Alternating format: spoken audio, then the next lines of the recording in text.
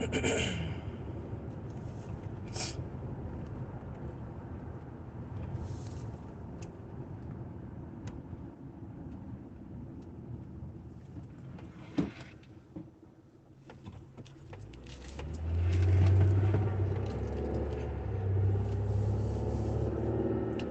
morning. Good morning, Terry. Oh, I am so proud. I am so happy for you. That is, girl, that's wonderful, wonderful, wonderful. It's about time somebody's getting some good news around here. That's amazing. So now you can relax so you're stress free, and now you know, and you got your walker now to help you get around. And I did what you said about the lawyer. Oh, okay, the letter. Yes, yeah, because I know it helped for me. It worked for me. It helped me when things that I needed to get done and things that I needed to have and that my daughter needed to have. I contacted the lawyer, and because they always say, well, you gotta wait, you still gotta go to your therapy, and you still got to do this and this, and then in the meantime you can't pay your bills, you can't work, and you can't get your medicine, and you can't get the things that you need. So I never forget when it was a social worker that told me, and it might have been one at my kid's school. I can't remember if it was from their school or from somewhere else, but I remember it was a social worker. And she said, have the lawyer type you up a letter and put in that letter what's going on, briefly what's going on and everything, and use that letter to get the things that you need. She was like, take it to apply for assistance, take it to your children's school, like where, and it helped. It helped. I mean, it couldn't harm it. The only thing, what can they say? The only thing that they could say is, well, no, we don't accept that. You know, and I've seen where that has happened sometimes, where someone, they'll say, well, no, we don't accept that. But for the most part, I don't see why not when you have an ongoing case. If you got an ongoing case going on, why wouldn't they accept the damn letter? It's proven that it's the truth, you know. So I'm just so happy. I am really, really happy that you got that, and that it helped, and that it worked. Because now that could probably help someone else. Now that they see that it helped you, it can now help, someone else. Okay, I got to let me cut my car off. Can't raise my gas. I brought my other shades out of the house. I'm like, I've been looking for these, and I brought them out. So I have to run in here. I did not know anything until you told me. Thank you. You're welcome. You're welcome. Look, I'm here. I'm here to spread knowledge. I am here to help as much as if I can help you, honey, I'm going to help you. If it's some good news and some stuff that I find out that's going to help you, I tell everybody. And people be saying, Miss Gina, stop telling everybody. You should sell. You should do that. Everything is not made to make money off of. You understand what I'm saying? Everything's not. At some point in time, we got to just say, okay, you know what? I'm going to share this advice with this person. So I try to share as much as I can, especially, honey, especially in our property management. If I can help you save money on rent, that's what I'm gonna do. Give me 2 minutes. I'm just gonna get a cup of ice. I'm leaving my keys.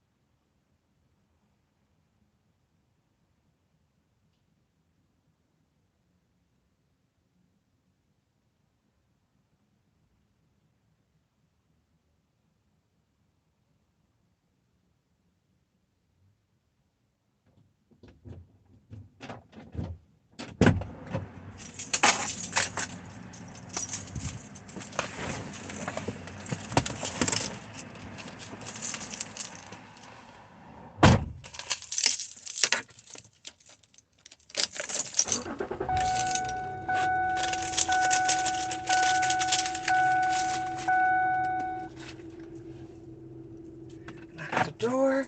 I have a habit of doing that. I just thank you guys for staying with me while I run in and get my ice. But every time I get in the car, before I do anything, I lock the doors because now these people is crazy. They just carjacking everywhere. And even though I live in a pretty, decent suburbs, shit, it happened in the suburbs too. It happens everywhere. You don't have to be in the hood or the hood to get carjacked, honey. They will carjack you anywhere. And I was just reading yesterday where this lady got in a car accident. I don't know, y'all might have heard about this. She got in a car accident. This mom pulled over to help her. She jumps in the mom's car with her 5 children, jumps in her van with her 5 children and take off. After the woman was helping her out. And you gonna kidnap the lady's kids, jump in there with all 5 of these babies and go and take off. So they called her. They found her, they called her, and they got her for kidnapping as well. Not only did you a car thief, that you stole a car, but you got kidnapping on you of 5 children. So, and I know that mom probably was going out of her mind, because you got to be freaking sick, crazy, fucked up in the head to do that. And so now, man, woman, child, anybody can carjack you nowadays. You just have to be very careful. God got a huge blessing for you. Thank you, Terry. Let me tell you something. So I played the lottery, right? And when I played I had got another ticket that Monday, the day that the lottery hit. I had bought another ticket that day, right? And as I was coming out with my ticket, my son, I had to get gas. So my son, my allergies, you guys, y'all know in the morning, my eyes is always watering. So as I was coming out of the gas station, I said to my son, I got our winning ticket. We about to win this. I think then when I was getting it, it was like at 650 million or maybe a little bit more. And I told him, I said, I got our winning ticket. I said, we about to win. Mama about to hit this. Mama about to win this jackpot. So the guy that was across from us, he was at another pump. He started laughing. I said, well, you got to speak it into existence, right? You got to claim it. And even though they say you got a better chance of getting struck by lightning than hitting it, of course, I didn't win. We all know that the winner, if you didn't know, the winner is in California. So the person that won, it was one ticket. They said one ticket sold, and it was sold from a gas station or somewhere out in California. And they're not sure who the person is yet. I said, that person isn't hiding, honey. That person is lawyering up, getting a lawyer and everything else. And that's the smart thing to do, getting your fight, honey, because I would be like this. Y'all wouldn't even see me on this sucker. I will be hiring. My kids would be taken out of school immediately. They would be, look, I'll be telling them they're going to be getting homeschooled now. Because with that kind of people, they come out the woodwork, long lost cousins and long lost friends or whatever. But me, I said, I prayed that whoever won, that they bless a lot of people and they do a lot of great things with that money. Because I've always said, if I was to hit a huge jackpot like that, oh my gosh. First thing I'm going to do is put trust funds up for my children and grandchildren. That would be the first thing I would do, is put trust funds up for my children and grandchildren. Make sure they college and all that is all paid off. And I would help those in need. I would oh my gosh, the dream that I have for helping families in need and homeless families. That is my. If you ask me, what's my goal? What is my wish? What is my dream? What is my passion? It is to provide adequate housing for those in need, especially single parents. Whether you be a single dad or whether you be, a single mom. That's my passion, that's my dream, to do, and to let the people, let the residents, let them take care of it themselves. Let them home. I don't understand why when landlords and all these landlords that say I ain't got nobody to manage my building and I ain't got nobody to, and they won't pay rent and this and that. I've been telling landlords this for years. For years. If you stop trying to hire outside companies, outside people, and you let the people in-house, take care of where they live and stay, you would have less issues. You would have, back in the day, the landlords in them, they didn't hire a management company, nobody. They had, it was your neighbor, Jaquina, or Justina, or Josephina, or whatever, that lived probably on the first floor or the fifth floor. She came down and, girl, you got that rent? Girl, look, don't fuck up my job, girl. Now shit, they taking $300 off my rent, girl. Don't fuck up my job. You got that rent, girl? I'm come. And the residents felt more comfortable with Josephina coming to collect the rent rather than having Karen. You understand? Or Tanya coming and collect the rent, because you be looking at, because they don't know what goes on inside of where you live or in your neighborhood. A lot of them is outside the neighborhood, and then they come in, and then you could have had a tragedy, you could have had anything, and then they look at you like you crazy. I'm gonna have to give you a 5-day. But the person that lives in house knows that your child probably just passed away, or your husband just passed away, and she would say, okay, girl, you know what, I know you got things going on, the whole neighborhood know, I'm gonna give you a week. I'm gonna talk to the landlord, and I'm gonna let him know that I gave you a week. So now try to come up with that money for a week.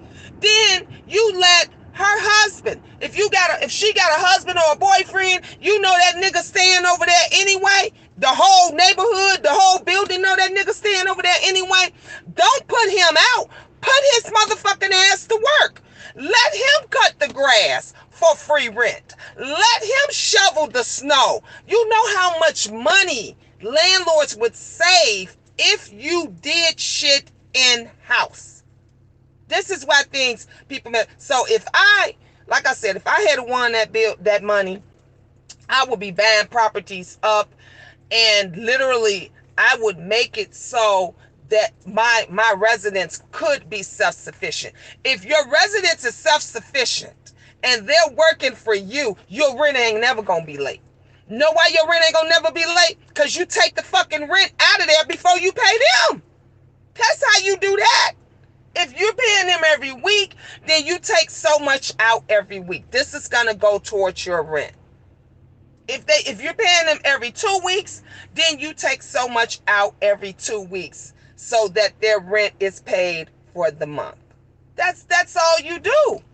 And then you hire, if they don't have a husband or a boyfriend and they got teenage sons, they always putting a teenager out. Most of them will say to you, they don't even want teenagers, even though that's discriminatory.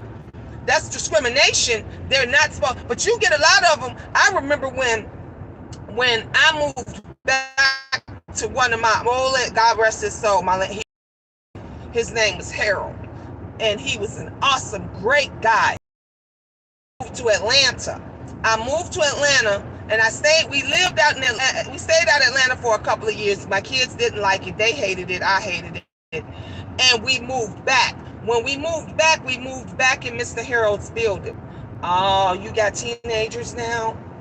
Them teenagers ain't, they ain't wild now, because teenagers bring other your son ain't in no gang or nothing. That, if I wanted to, he knew me and I knew him, and I knew he didn't mean anything bad, but I understood what he was saying. And we wind up moving back in there. But somebody outside that didn't know, they could have sued him. Because you can't ask those questions. That's discrimination. Okay, what if my children, was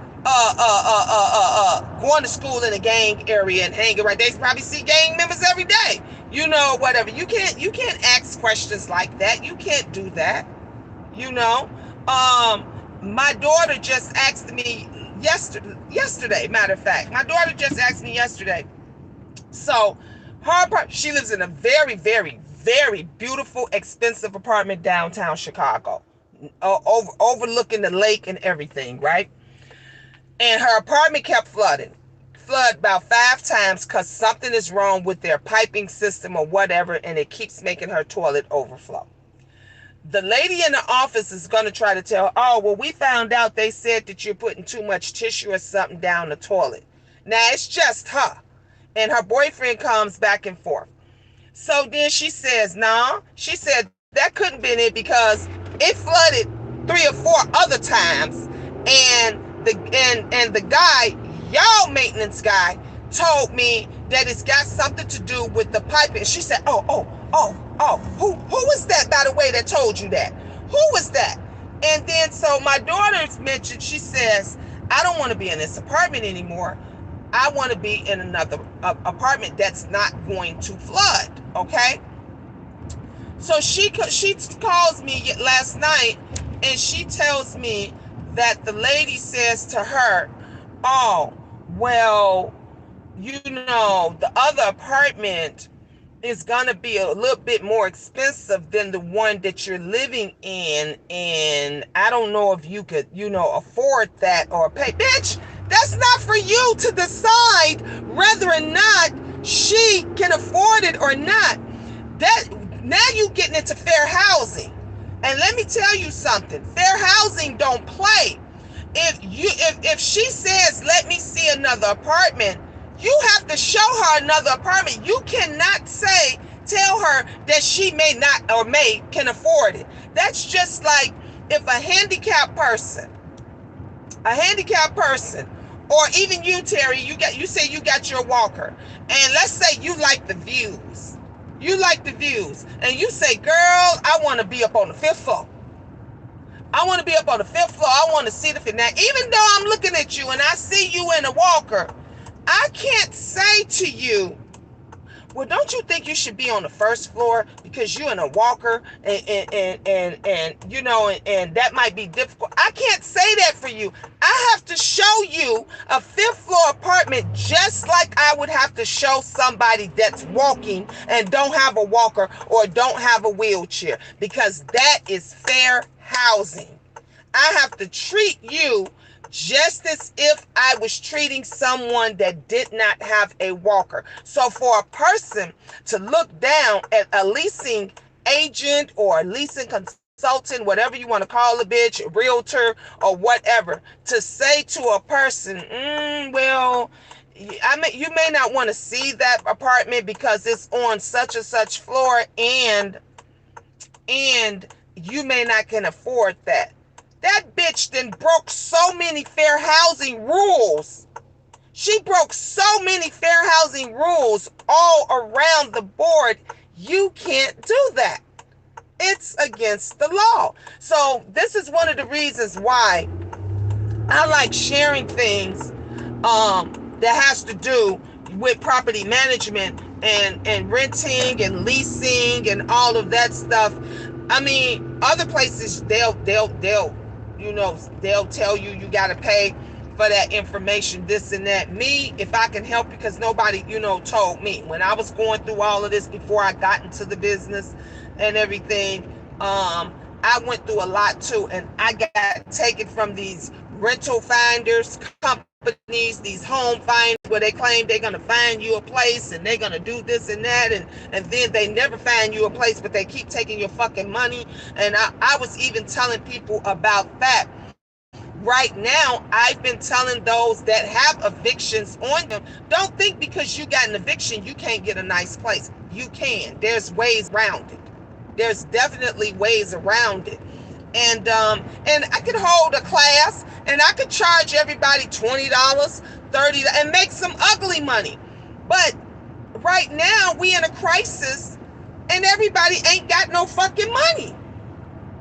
So I'd rather help you as much as I can.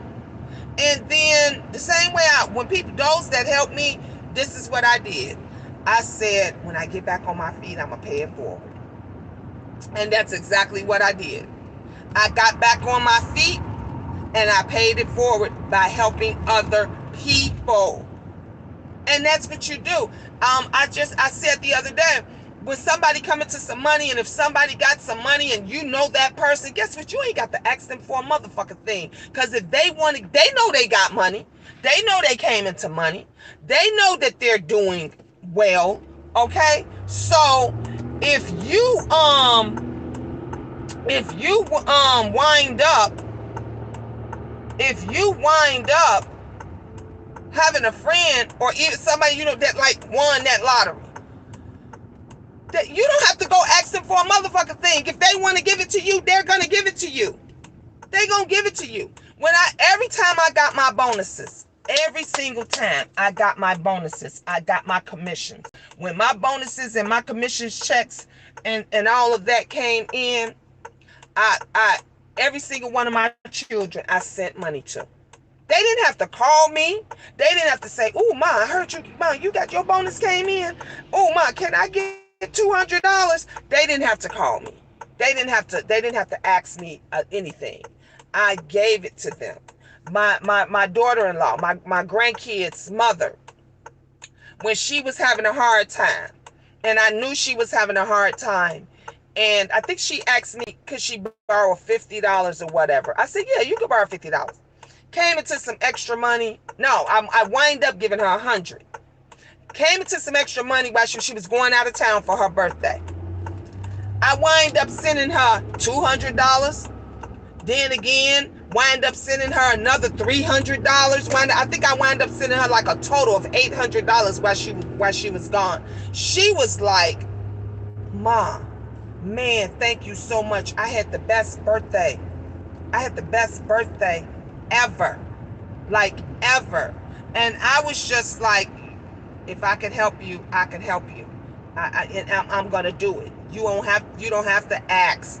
And I know that if I needed something, I could go to her.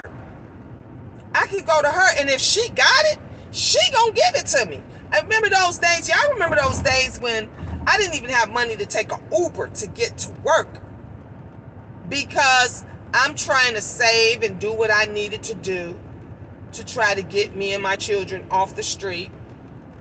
And once I got us off the street, it took everything that I had. So I was kind of, money was really, really tight, trying to get back and forth to work, not having no car, taking Ubers and all that kind of stuff. Hey, A. Rice, long time no see. And she looked out for me a bunch of those times. I'd be like, I would be like, "Girl, can you call me an Uber to get me home?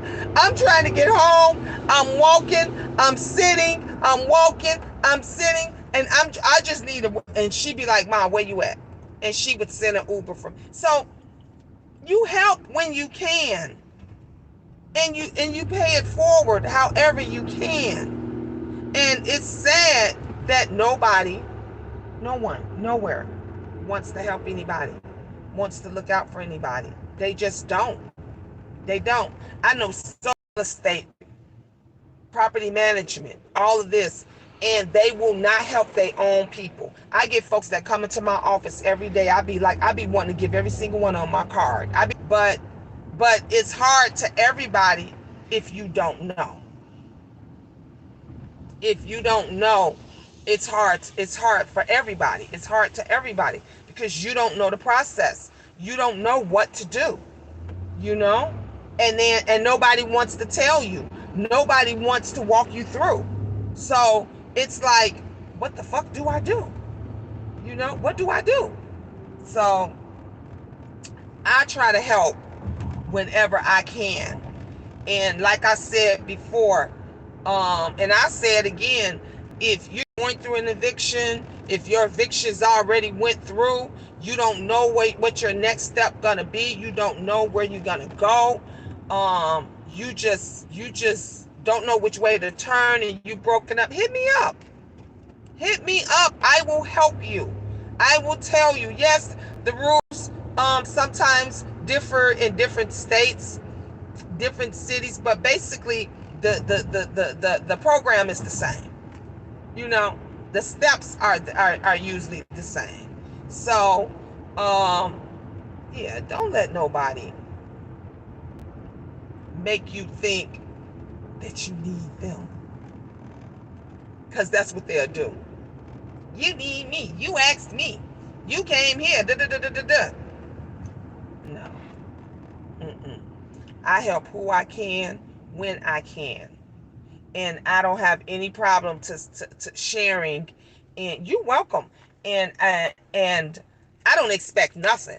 I don't expect nothing, because like I said, what's meant for me, what's meant for me, it's coming. What's meant for me is going to be for me. Can't nobody stop it. Can't nobody stop it. You can't stop the inevitable. You can't stop what God got planned. And God has so much planned for me. And because he knows I'm strong. He knows I'm faithful. He knows I'm loyal. He knows I'm loving. He knows I'm caring. He knows I'm supportive. He knows I'm not lazy. He knows I'm going to get the job done. And so, and that's why through everything, through all my trials and tribulations and everything, why he put me through it. He put me through it because he wants me to show you how to get out of it. Somebody said to me before, and I said this before, they said it over and over again, hey Rob, why she always going through stuff? Why every time we turn around, because God puts me through it, because he know I'm going to get out of it. He know I'm going to overcome it, bitch, just to show you how to do better. That's why he put me through what he put me through, to show you how to do better. Everybody is over at the pumpkin patch. I cannot wait to take the kids over there, and I want to take my grandkids. You know what I want to go? I want to do the haunted hayride. I want to go and do the haunted. We did the maze one year. Me, my daughters, their boyfriends. It was really nice, and we had an amazing time. So I want to take them to do, that's going to probably be the next thing that we're going to do. We're probably going to go to the pumpkin patch, and we're going to do the maze. But tomorrow is Fright Fest. So we leave tomorrow. Well, we check in tomorrow night in our hotel and everything. That's tomorrow night. And then Friday, we're going to Fright Fest, Friday and Saturday. And then we check out Sunday. Thank each and every one for coming to the chat. Yes, thanks everybody. Hey, cloud people, bush people, and y'all know, the slitherers. Thank you. I appreciate all you guys. Like, y'all going to therapy with me. I'm on my way to therapy. And then after therapy, I'm taking my ass. I'm headed straight for work. Oh, I forgot to tell you guys. So that other job that I went to on last Friday, that I went to, right after that, I was, I gotta take my kids for a haircut. Right after that, I was offered a position by two other companies. Two other companies right on the spot offered me a position. I decided to pick one of them, take one of them, or just stay with where I'm at. I have not decided yet. But the interview that I had on that Friday, when I went to the feeling that I got in there, it seemed the lady seemed like she kept saying, we're all a team, and we're a team that works together, and we're a team. She kept stating that. She kept saying that, but I ain't feel that. I just didn't feel that different vibe. And the one thing that I know is any feelings that trust your instincts. Trust your lady. You're blessed. You're blessed getting. I am Rod. Let me tell you something. One thing. Every time if I lose one job, I get another one within a couple of weeks. If I quit a job, I'll get another one within a week or two. That's the one thing. God has always blessed me. They say he never closed a door without opening a window. Okay? Never shut a window without opening up another door. So I've been very, very, very, very blessed. And when I left that other job, which we just left, I just drove past. When I left that other job and I told you that that manager was so fucking disrespectful to her employees, and she was black at that, and you got employees working hard, like we was working our ass off for her. I know I was busting my ass off for her. The assistant manager I saw with my own ass was busting her ass for her, and she treated her. I just cringed every time she would talk to her assistant manager like this, like she was a child, and this woman was our age. This woman was like 50 something years old. I think she was like, I'm 52. I think she was like 54 or something like that. So I would cringe every single time because I'm like, wow. And I would say, I'm gonna be quitting today because if she talked to me like that and in front of people, oh, it's gonna be a problem. We gonna have a problem. And it just got to the point that I saw little things that she was doing to me, and she would say stuff to me. But then when the new girl was doing it, like stealing my clients and shit like that, she had something to say. If I just went on and took oh, Gina, what makes you think that you could do that? Did I assign that person to you? I said, well, no, you didn't, but she took my client, and I figured the next one would be mine. But if I'm wrong, I apologize. That's what and that's how I would say it, and that's how I would leave it. But it just went on and on and on every week. Bitch, no, one thing what you're not gonna do is play me. That's what you're not gonna do. You're not gonna play me. You're not gonna use me. One thing I know what I am is a good ass worker. I'm great at my job. Okay, I'm great at my job, and the people love me. The residents love me. Every resident that came up in there was saying to her, y'all need to keep her. Y'all need to keep her. You know why? Because I treat them like human beings. No matter what they went through, I smiled and I went overly to try to help them. Just like the older lady where I'm at now, who cursed me out the other day. She came into the office yesterday, and she says, I just want to thank you, Gina, for really reaching out, trying to help.